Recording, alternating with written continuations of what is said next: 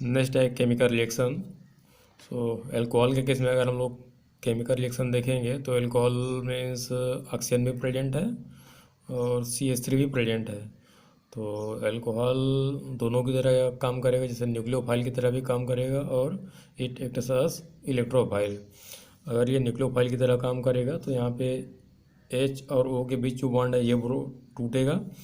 और अगर ये इलेक्ट्रोफाइल की तरह काम किया, इलेक्ट्रोफाइल मतलब कोई आके अगर अटैक किया तो यहाँ C और O के बीच में जो बॉन्ड है ये ब्रेक होगा। Next one is reaction involving cleavage of OH bond. Means ऐसा एक रिएक्शन है जिसमें OH बॉन्ड टूटेगा। तो पहला देखेंगे acidity of alcohol and phenol. तो reaction with metals means the reaction of alcohol and phenols with some metals like sodium. So alcohol react with sodium and form sodium alkoxide, और ये यहाँ पे hydrogen gas release करता है। ठीक है, तो ये वाले के हम लोग क्या करेंगे, दो मॉलिक्यूल ले लेंगे। यहाँ से ये दो मॉलिक्यूल हो जाएगा, ये दो हो जाएगा और 2RO, तो 2RO और ये Na जुड़ जाएगा और H यहाँ से H2 के फॉर्म में यहाँ से लिबरेट हो जाएगा ऐसे गैस। इस तरीके से यहाँ पे एरो दे देना है। सेकंड देखेंगे टर्सरी एल्कोहल। तो टर्सरी एल्कोहल में से एल्यूमिनियम लिए हैं। ठीक है, तो यहाँ से भी देखेंगे कि हमारा इस तरीके से रिएक्शन कुछ हो रहा है। मैं जहाँ पे सोडियम जाके बैठ रहा था पे एल्यूमिनियम जाके बैठेगा, क्योंकि एल्यूमिनियम का वैलेंसी 3 है। ठीक है, तो हम लोग क्या करेंगे, इसको 3 लेंगे। तो अगर 3 लेंगे यहाँ पे तो 3 हाइड्रोजन होगा यहाँ से। तो 3 हाइड्रोजन को हम लोग H2 में कन्वर्ट नहीं कर सकते, इसीलिए बैलेंस करने के लिए इसको 2 से मल्टीप्लाई किया और इसको 3 से मल्टीप्लाई कर दिए। तो अब यहाँ पे अगर मान लो मैं 2 से मल्टीप्लाई किया और ये हमारा 3 है, ये 3 नहीं होगा 6 होगा ये। अब 6 है तो 6 हाइड्रोजन को हम लोग क्या करेंगे, H2 के फॉर्म में 3H2 के फॉर्म में और उसको निकाल सकते हैं। अगला है फिनॉल। तो यहाँ पे देखेंगे phenol react with sodium metal and form sodium phenoxide. तो यहाँ पे सोडियम फिनॉक्साइड बना है जो कि रेजोनेंस के थ्रू स्टेबल होता है। तो यहाँ भी हमारा H2 गैस लिबरेट हो रहा है। यहाँ नोट है कि alcohol and phenols are Bronsted acid, कि एल्कोहल और फिनॉल दोनों का जो नेचर है ब्रोंस्टेट एसिड होता है, मतलब एसिडिक नेचर का होता है। सेकंड है एसिडिटी ऑफ एल्कोहल।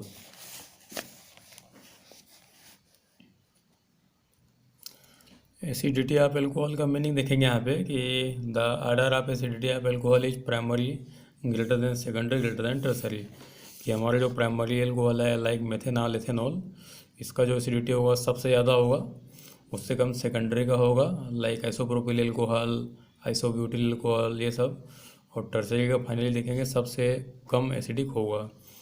तो रीजन समझते हैं। तो रीजन हम लोग ये कर सकते हैं कि मान के लो मैं एक CH3OH लेता हूँ, यहाँ पे CH3 ये O ये H। अब जानते हैं कि यहाँ पे ऑक्सीजन में कौन सा आएगा, ऑक्सीजन नेगेटिव चार्ज रखेगा, ये वाला हाइड्रोजन कौन सा चार्ज रखेगा, पॉजिटिव चार्ज रखेगा। तो यहाँ से क्या होगा, हमारा H+ निकलेगा, means removal of H+ takes place here.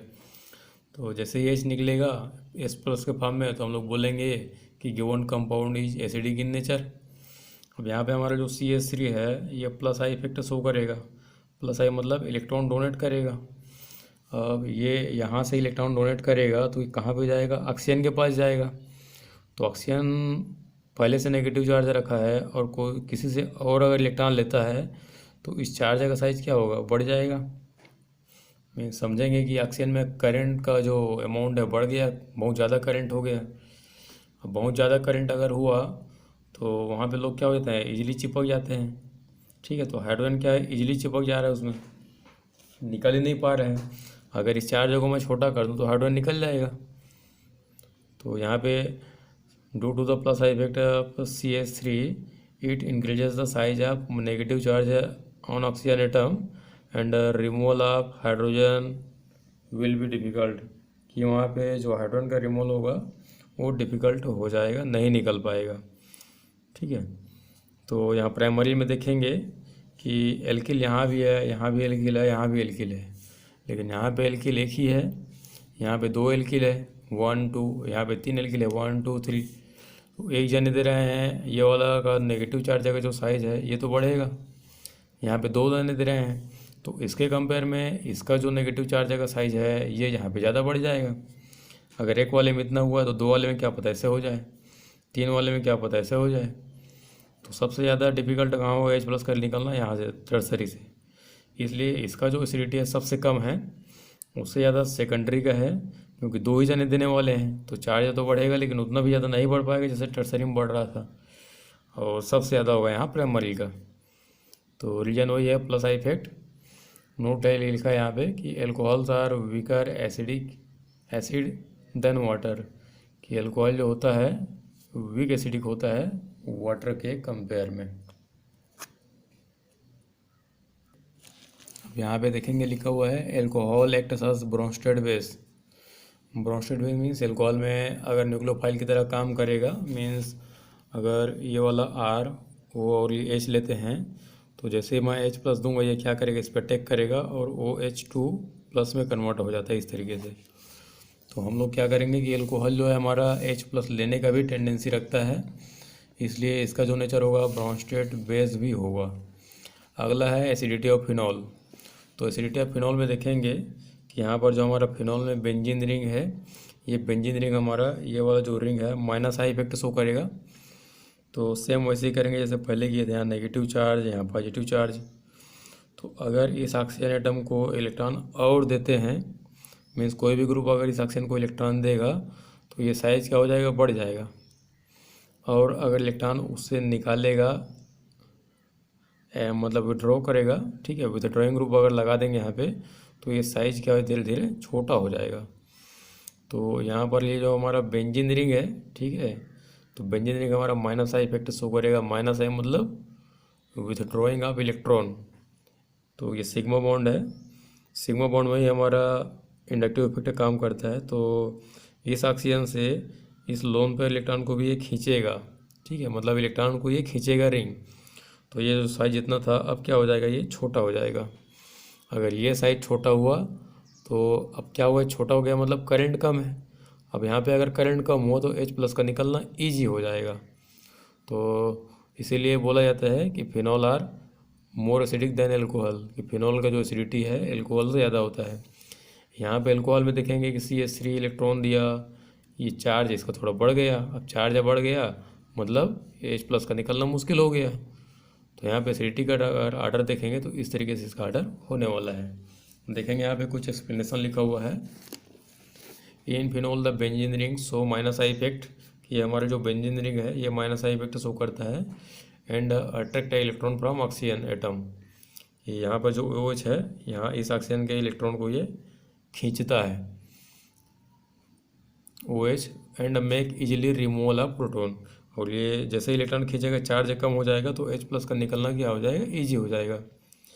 There four phenol so more acidic than alcohol, जबकि एल्कोहल में ये इलेक्ट्रॉन डोनेट कर रहा है, चार्ज बढ़ जाएगा तो यहाँ पे जो H प्लस का रिमूवल है डिफ़िकल्ट होगा। तो in alcohol alkyl so plus I effect that increases the size of negative charge on oxygen atom and then difficult to removal of proton, therefore it is weak acidic than phenol। उसके बाद लिखा है नीचे में phenol is more acidic than water. तो ये explanation है उसका कि why phenol are more acidic than alcohol. अब एक रीजन तो अभी हम लोग एक्सप्लेन कर लिए। सेकंड रीजन में देखते हैं कि phenol lose proton and form negative charge on oxygen atom and this negative charge is stabilized by resonance, कि यहाँ पर जो हमारा फिनॉल है H प्लस को रिलीज किया H प्लस के फॉर्म में, जैसे ही H प्लस के फॉर्म में रिलीज करेगा ऑक्सीजन में नेगेटिव चार्ज आएगा। और ये जो नेगेटिव चार्ज है हमारा ये रेजोनेंस के वजह से स्टेबल हो जाएगा। सो यहाँ पे लिखा है phenoxide ion more stable due to resonance and so acidity, कि स्टेबल हो रहा है मतलब कंफर्म है कि जल्दी से रिलीज करना चाहेगा, क्योंकि कोई भी कंपाउंड यही चाहेगा कि हम स्टेबल हो जाएं। तो जैसे H प्लस रिलीज करेगा तो नेगेटिव चार्ज जब बनेगा और रेजोनेंस के थ्रू स्टेबल हो जाता है, मतलब एसिडिक नेचर का होगा। तो ये दो एक्सप्लेनेशन था about the acidity of phenol, और ये कुछ रेजोनेटिंग स्ट्रक्चर दिखाया गया है। तो ऑलरेडी प्रीवियस क्लास में हम लोग पढ़ चुके हैं। उसके बाद है resonating structure of phenoxide ion, ये फिनॉक्साइड आयन का रेजोनेटिंग स्ट्रक्चर है। अगला है रेजोनेटिंग मीन्स एसिडिटी। ठीक है, तो अगला देखते हैं हमारा एसिडिटी है। Acidity directly proportional to K A and inversely proportional to P K A. ठीक है, कि पी के ए की जब बात करेंगे तो इनवर्सली प्रोपोर्शनल होगा ये एसिडिटी। पी के ए का वैल्यू जितना ज़्यादा होगा एसिडिटी उतना ही कम होगा। तो यहाँ पे देखते हैं एक हम लोग और क्या देखते हैं कि मान के लो मैं ए भी लिया, अगर इसको डिसोसिएट कर दिया ए प्लस और बी माइनस में, तो मैं K A dissociation constant is equal to लिखूँगा ए प्लस और यहाँ से लिखूँगा बी माइनस, ये माइनस अंदर रहेगा, अपान क्या रहेगा ए बी। ठीक है, इस तरीके से तो यहाँ पे के ए क्या हो जाएगा, डिसोसिएशन मीन्स एसिडिटी कांस्टेंट।